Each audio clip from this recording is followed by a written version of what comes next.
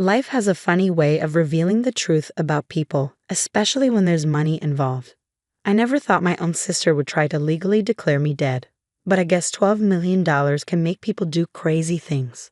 I'm Emma Chen, 29 years old, and until 6 months ago, I thought I knew everything about my life. I was raised by my mom, Lisa Chen, after my father supposedly abandoned us before I was born. My half-sister, Rachel, came along when Mom remarried Jack Wilson when I was 4. We grew up in a modest home in Boston, and while we weren't poor, Mom always emphasized the importance of education and hard work. What none of us knew was that my biological father, David Thompson, had been searching for us for years. Mom had disappeared while pregnant with me, thinking she was protecting us from what she believed was his controlling family. The truth, as I would later learn, was far more complicated. But let me start with the day everything changed. I'd spent the last 5 years building my photography career, traveling to remote corners of the world capturing images for National Geographic and other major publications. My latest assignment took me to the Himalayan mountains, documenting traditional villages that were adapting to climate change. It was challenging work. No reliable phone service, spotty internet at best, and days of hiking between locations. Rachel had always been jealous of my glamorous career, though she never understood the countless nights I spent sleeping on frozen ground or the years of unpaid internships it took to get here. She chose a different path, working as a real estate agent and marrying Tom, a struggling day trader with expensive tastes. The last time I spoke to Mom was 3 months into my assignment. She sounded strange on our satellite phone call, emotional but trying to hide it. "Emma, honey," she said, her voice crackling through the poor connection. "There's something important I need to tell you when you get back. Something about your father." "Mom, you're breaking up," I replied, struggling to hear her through the static. "Is everything okay?" "Yes, just come home soon. I love you." Those were her last words to me. 2 weeks later, while I was in a remote village with no communication, Mom had a sudden heart attack. By the time I made it back to civilization and checked my messages, she had been gone for 10 days. I immediately began the long journey home, but travel from remote Nepal isn't simple. Delayed flights, missed connections, and monsoon weather stretched my return into a 3-week ordeal. What I didn't know was that Rachel had already set her plan in motion. You see, 6 months before Mom's death, she'd received a letter from a prestigious law firm. My biological father, David Thompson, had finally tracked us down. He was a federal judge now and had never stopped looking for us. More importantly, he'd recently been diagnosed with terminal cancer and wanted to make things right. He'd set up a trust fund for me, $12 million, plus properties in 3 states. Mom had been processing this information, trying to figure out how to tell me the truth about my father when she passed away. Rachel found the letter while going through Mom's papers. And that's when she saw her opportunity. While I was desperately trying to get home, Rachel was convincing everyone that I had died in a hiking accident in Nepal.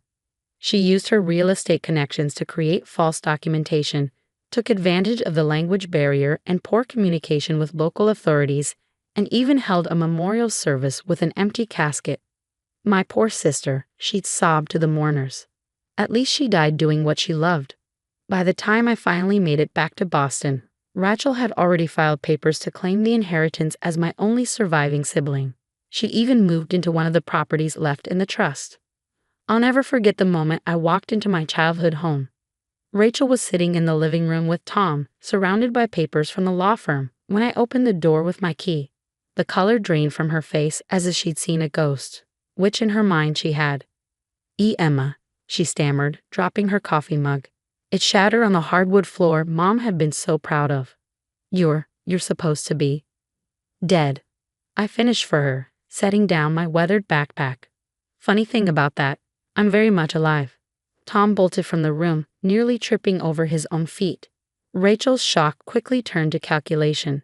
I could practically see the gears turning in her head as she tried to figure out how to spin this. "Emma, thank God." She jumped up, arms open for a hug I didn't return. "We thought there was a report from Naples. We were devastated. I've been trying to handle all the legal matters for you to protect your interests." "Really?" I pulled out my phone, showing her the emails I discovered on Mom's computer. "Is that why you told the law firm I died in a climbing accident?" Why you've been trying to claim my inheritance? I can explain, she sputtered. It's not what you think. But I wasn't interested in her explanations. I'd spent the flight home doing my research, making calls, and uncovering every detail of her scheme. What I discovered wasn't just fraud, it was a calculated plan that had started even before Mom's death. What Rachel didn't know, what none of us had known, was that I wasn't the only one who had inherited my biological father's methodical nature and attention to detail, and I was about to show my dear sister exactly what that meant. Pack your bags, I said calmly, pulling out a formal-looking document. You have 24 hours to vacate this property, and Rachel, don't bother trying to run. The FBI is already investigating the false death reports you filed. She lunged for the document in my hand, but I stepped back. You can't prove anything. It was a misunderstanding. I was trying to protect our family's interests. I smiled, thinking of the meeting I had scheduled for the next morning. Actually, I can prove everything. And you're about to learn exactly who you've been trying to steal from. What happened next would shake our family to its core, expose decades of secrets, and lead to a courtroom confrontation that nobody saw coming. But that's where the real story begins. The next morning, I walked into the federal courthouse in downtown Boston, my heart pounding but my steps steady. Rachel had spent the night calling everyone she knew, trying to find a lawyer willing to defend her misunderstanding. She'd even tried convincing our stepdad, Jack, to reason with me. Emma, please, he'd begged over the phone. Rachel made a mistake, but she's still your sister. No, Jack, I'd replied firmly. A mistake is accidentally damaging someone's car. She tried to legally declare me dead. What Rachel didn't know was that I'd already been in contact with Judge David Thompson's office. When I couldn't reach Mom during my trip, I finally opened that email I'd been avoiding. The one from the law firm explaining my father's search for me. After confirming Mom's death, I'd reached out to them. The security guard at the courthouse entrance did a double take when he checked my ID. Miss Chen, or should I say Miss Thompson, he said with a knowing smile. You look just like your father. I was directed to a private chamber where a tall, distinguished-looking man in his early 60s stood looking out the window. He turned as I entered, and I felt my breath catch.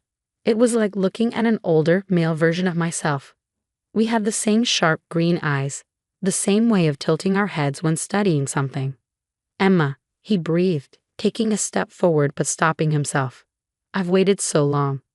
Tears filled my eyes. Why didn't you find us sooner? I tried. God, I tried. He sank into a leather chair, gesturing for me to sit. Your mother. Lisa was trying to protect you. My family back then. My father, he was a controlling man. Lisa thought he tried to take you away from her, raise you as the proper Thompson here. She didn't know he was dying, that things were about to change. For the next hour, he filled in the gaps of my history. How he'd hired private investigators, how he'd finally reformed his family's old money attitudes as he rose through the legal ranks, how finding that first photo of me in National Geographic had given him hope. When I got sick, he continued, I knew I had to move faster. The inheritance was never about the money. It was about giving you the security I should have provided all along. A knock at the door interrupted us. Judge Thompson. They're ready. He squeezed my hand. Ready to face your sister. I nodded. More than ready. The courtroom was packed. News of a federal judge's long-lost daughter and attempted inheritance fraud had spread quickly. Rachel sat at the defendant's table, wearing her most modest black dress, clearly going for a grieving sister image. Her expensive lawyer whispered urgently in her ear. Then my father took the bench and everything changed.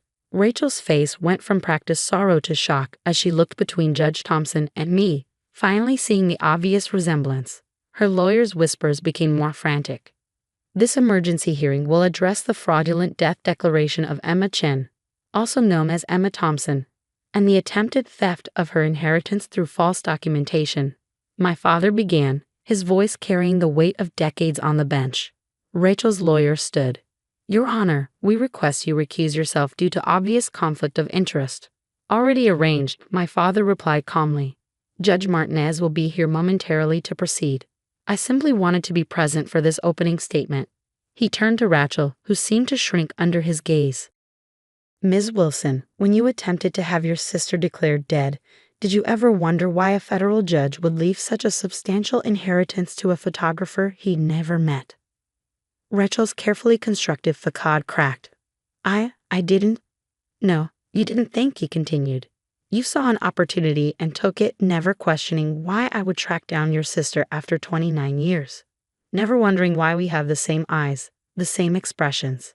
Never considering that I trying to steal from her, you were attempting to defraud a federal judge's daughter. The courtroom erupted in whispers. Rachel's lawyer looked like he wanted to disappear. Judge Martinez arrived and the real proceedings began. The evidence was overwhelming. Rachel had forged documents, bribed officials in Nepal, and even created fake death certificates. She'd planned it all while Mom was still alive, waiting for an opportunity. But the biggest shock came when Tom, Rachel's husband, took the stand. She started planning it months ago, he testified, avoiding Rachel's murderous glare. When she found out about Emma's real father being Judge Thompson, she became obsessed. Said it wasn't fair that Emma got everything just for being born to the right father. She even suggested we should adopt Emma's future share of Mom's estate since dead people can't inherit. I watched my sister crumble as her husband betrayed her, as her schemes were exposed one by one.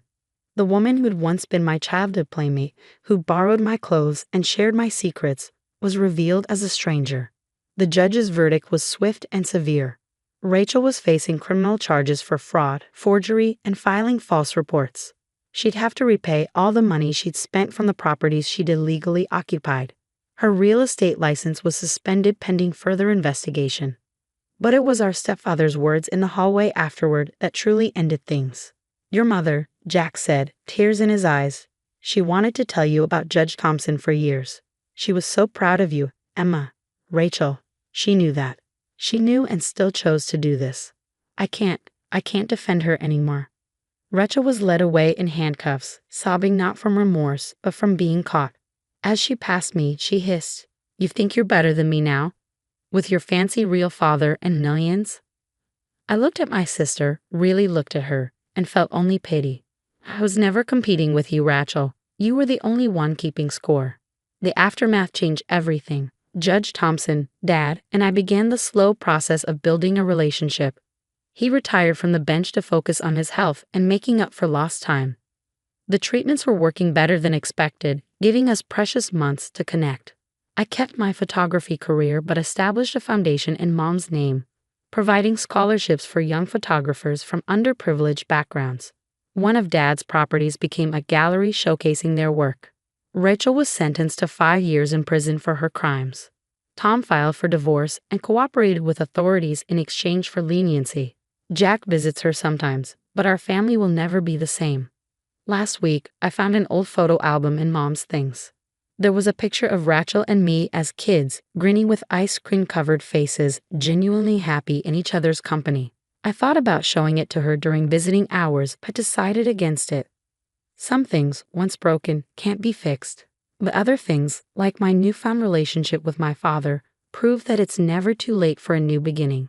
Dad and I often sit in his study, sharing stories and making up for lost time. You know, he said recently, your mother was right to be worried about my family back then. But she was wrong about one thing. Running away didn't prevent you from becoming a Thompson. You've got our spirit, our sense of justice. I smiled, thinking of the long road that led us here. Maybe sometimes you have to lose everything to find out who you really are. And who am I? I'm Emma Chin Thompson, daughter of a mother who protected me and a father who never stopped searching. I'm a photographer who captures truth through my lens and a woman who learned that real family isn't about blood or money, it's about choice. As for Rachel, I heard she's writing a memoir in prison about family betrayal. I wish her well, but some stories don't need to be rewritten. Sometimes the truth is enough.